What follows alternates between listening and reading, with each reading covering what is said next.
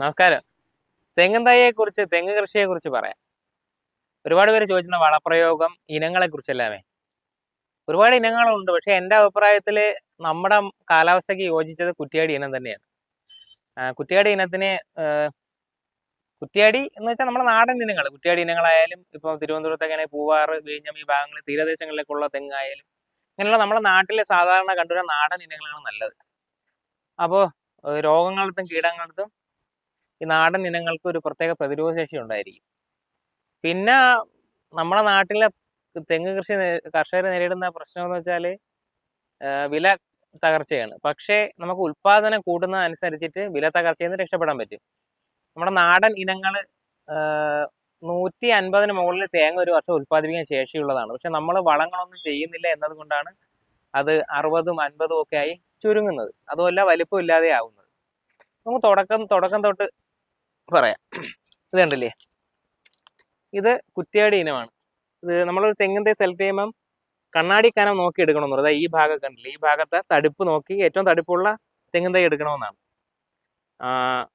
പിന്നെ നോക്കേണ്ട വലിയ തേങ്ങയുള്ള നോക്കിയെടുക്കുക. അപ്പം മാതൃ സസ്യത്തിൻ്റെ ഒരു ഗുണം ഉണ്ടാവും തൈക്ക്.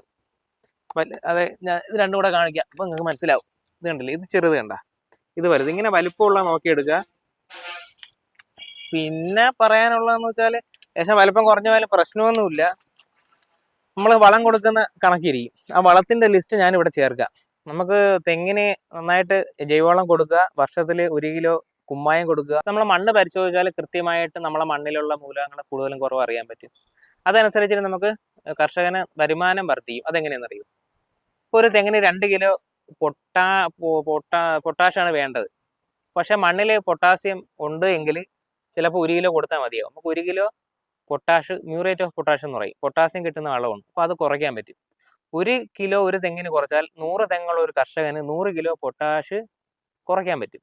അങ്ങനെ കുറയ്ക്കുമ്പോഴത്തേക്ക് 1 കിലോ പൊട്ടാഷിന് ഇപ്പോഴത്തെ വില 35 രൂപയാണ്.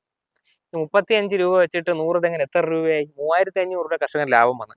മണ്ണ് പരിശോധനയ്ക്ക് ആകെ ചിലവാകുന്ന 40 രൂപയാണ്. അത് നിങ്ങൾ കൃഷിഭവനിൽ പോയി പറഞ്ഞാൽ അവിടെ നിന്ന് ലെറ്റർ അടിച്ചാൽ ഫ്രീ ആയിട്ട് അതും ചെയ്യാൻ പറ്റും. അപ്പോൾ സാധാരണ കൊടുക്കേണ്ട വളപ്രയോഗങ്ങളെല്ലാം ഞാനിവിടെ എഴുതി കാണിക്കാം. ഏറ്റവും കൂടുതൽ വേണ്ട നൈട്രജൻ വേണം. പിന്നെ വേണ്ട ഫോസ്ഫറസ് വേണം. കേരളത്തിലെ മണ്ണിൽ ഫോസ്ഫറസ് ഇപ്പം നിലവിൽ ഉണ്ട്. അതുകൊണ്ടാണ് നമ്മളിപ്പോൾ 18 കൃഷി വകുപ്പ് നിരോധിച്ചിട്ട് ഇപ്പം 18 ആക്കി. പിന്നെ വേണ്ടത് പൊട്ടാസ്യമാണ്. പൊട്ടാസ്യം നന്നായിട്ട് വേണം തെങ്ങിന്. ഇപ്പം തെങ്ങിന് കട്ടിയുള്ള ഭാഗങ്ങളായ തൊണ്ട്, ചിരട്ട, തടി, ഇതെല്ലാം ഉണ്ടാവാൻ വേണ്ടി പൊട്ടാസ്യം നന്നായിട്ട് വേണം. അപ്പോൾ അതുകൊണ്ടാണ് തെങ്ങിനുള്ള മിക്സറിന് നമ്മൾ പറയുന്നത് 10-5-20 എന്നാണ്. 10-5-20 3.5 കിലോ ഒരു തെങ്ങിന് കൊടുക്കണം. അല്ലെങ്കിൽ യൂറിയ, ഫാക്ടംബോസ് വേണ്ട,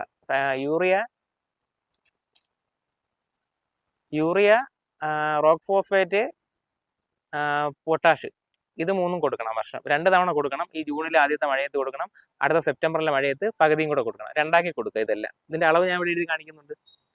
പിന്നെ വേണ്ടത് ബൊറാക്സ് കൊടുക്കണം. ഒരു 50 ഗ്രാം ബൊറാക്സ് തെങ്ങിന് കൊടുക്കണം. തെങ്ങിന് കൊടുത്തില്ലെങ്കിൽ മച്ചിങ്ങ മൂപ്പെത്തുന്ന മുമ്പ് കൊഴിഞ്ഞു വീഴും. ഇതിൻ്റെ തോടിൽ ഒരു കീറലുണ്ടാവും, അത് കൊഴിഞ്ഞു വീഴും. പിന്നെ പൊട്ടാസ്യൻ്റെ കുറവ് കാരണം കീറലില്ലാതെ കൊഴിയും, അത് പൊട്ടാസ്യൻ്റെ കുറവായിരിക്കും. അപ്പം നൈട്രജൻ വേണം, ഫോസ്ഫറസ് വേണം, പൊട്ടാസ്യം വേണം. അതിന് ഏതൊക്കെ കൊടുക്കണമെന്ന് നമ്മൾ പറഞ്ഞു. ഈ നൈട്രജന് യൂറിയ കൊടുക്കണം, പൊട്ടാസ്യത്തിന് മ്യൂറേറ്റ് ഓഫ് പൊട്ടാഷ് കൊടുക്കണം, ഫോസ്ഫറസിന് റോക്ക് ഫോസ്ഫേറ്റ് കൊടുക്കണം. റോക്ക് ഫോസ്ഫേറ്റ് ഇല്ലെങ്കിൽ എല്ലുപൊടി കൊടുത്താൽ മതി. എല്ലുപൊടി ആകുമ്പോഴത്തേക്ക് നമുക്ക് കുറേശ്ശെ അലിഞ്ഞ് തെങ്ങിന് ചെടിക്ക് കിട്ടും. അപ്പോൾ നൈട്രജനായി, ഫോസ്ഫറസായി, പൊട്ടാസ്യമായി. ഇനി നേരത്തെ പറഞ്ഞ കണക്ക് ബൊറാക്സ് കൊടുക്കണം. ബൊറാക്സ് 50 ഗ്രാം ബൊറാക്സ് ഒരു തെങ്ങിന് ഒരു വർഷം കൊടുത്തിരിക്കണം. പിന്നെ വേണ്ടത് കാൽസ്യം കിട്ടാനും മണ്ണിലെ അസിഡിറ്റി നിയന്ത്രിക്കാനും 1 കിലോ കുമ്മായം കൊടുക്കണം. ആ ഇലകൾ നന്നായിട്ട് വളരാനും നല്ല പച്ച നിറം തെങ്ങിൻ്റെ ഓലയ്ക്ക് വരാനും നന്നായിട്ട് ഹരിതകം ഉണ്ടാകാനും, ഹരിതകം ഉണ്ടായാൽ മാത്രമേ സസ്യങ്ങളിലെ ആഹാരം ഉണ്ടാക്കുന്ന ഫോട്ടോസിന്തസിസ്, നമ്മൾ പണ്ട് പഠിച്ചിട്ടില്ലേ, ഫോട്ടോസിന്തസിസ് കറക്റ്റായിട്ട് നടക്കത്തുള്ളൂ. അത് പ്രകാശ സംശ്ലേഷണം. അതിന് നമുക്ക് 400 ഗ്രാം മഗ്നീഷ്യം സൾഫേറ്റ് ഒരു വർഷം തെങ്ങിന് കൊടുക്കണം. ഇത് രണ്ടും പാതി 2 തവണയായിട്ട് കൊടുക്കുന്നതാണ് നല്ലത്. പിന്നെ മഗ്നീഷ്യം കൊടുക്കുമ്പോഴും പൊട്ടാസ്യം കൊടുക്കുമ്പോഴത്തേക്ക് 1.5 ആഴ്ച അല്ലെങ്കിൽ 2 ആഴ്ചത്തെ ഇടവേള കൊടുക്കണം. പിന്നെ കുമ്മായം കൊടുത്തിട്ട് ഒരു 1.5 ആഴ്ചത്തെ ഇടവേള കൊടുത്തിട്ട് എന്ത് ചെയ്യാവൂ? വളം കൊടുക്കാവൂ. നിലവിലെ അവസ്ഥയിൽ ഇങ്ങനെ പോവുകയാണെങ്കിൽ ഒരു 10-15 വർഷം കൊണ്ട് തന്നെ കേരളത്തിലെ കേരം ഇല്ലാതാവും.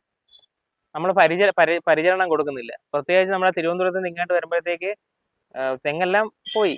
നിലവിൽ തെങ്ങില്ല എന്ന് തന്നെ പറയാം. കുറച്ച് തെങ്ങ് കേരളത്തിലുള്ളത് ഇപ്പം മലപ്പുറം, കോഴിക്കോട് ഈ ഭാഗങ്ങളിലൊക്കെയാണ് തെങ്ങ് ഉള്ളത്. ഇവിടെ കുറച്ചെങ്കിലും നന്നായിട്ട് പരിചരണം കൊടുക്കുന്നുണ്ട്, വളങ്ങൾ കൊടുക്കുന്നുണ്ട്. രോഗങ്ങളെയും കീടങ്ങളെയും കുറിച്ച് നമുക്കൊരു വീഡിയോ ചെയ്യാം, അത് പിന്നെ ചെയ്യാം. തൽക്കാലം ഇത്രയേ പറയാനുള്ളൂ. അടുത്ത വീഡിയോ വേണ്ടി കാണുന്നവരെ നന്ദി, നല്ല നമസ്കാരം.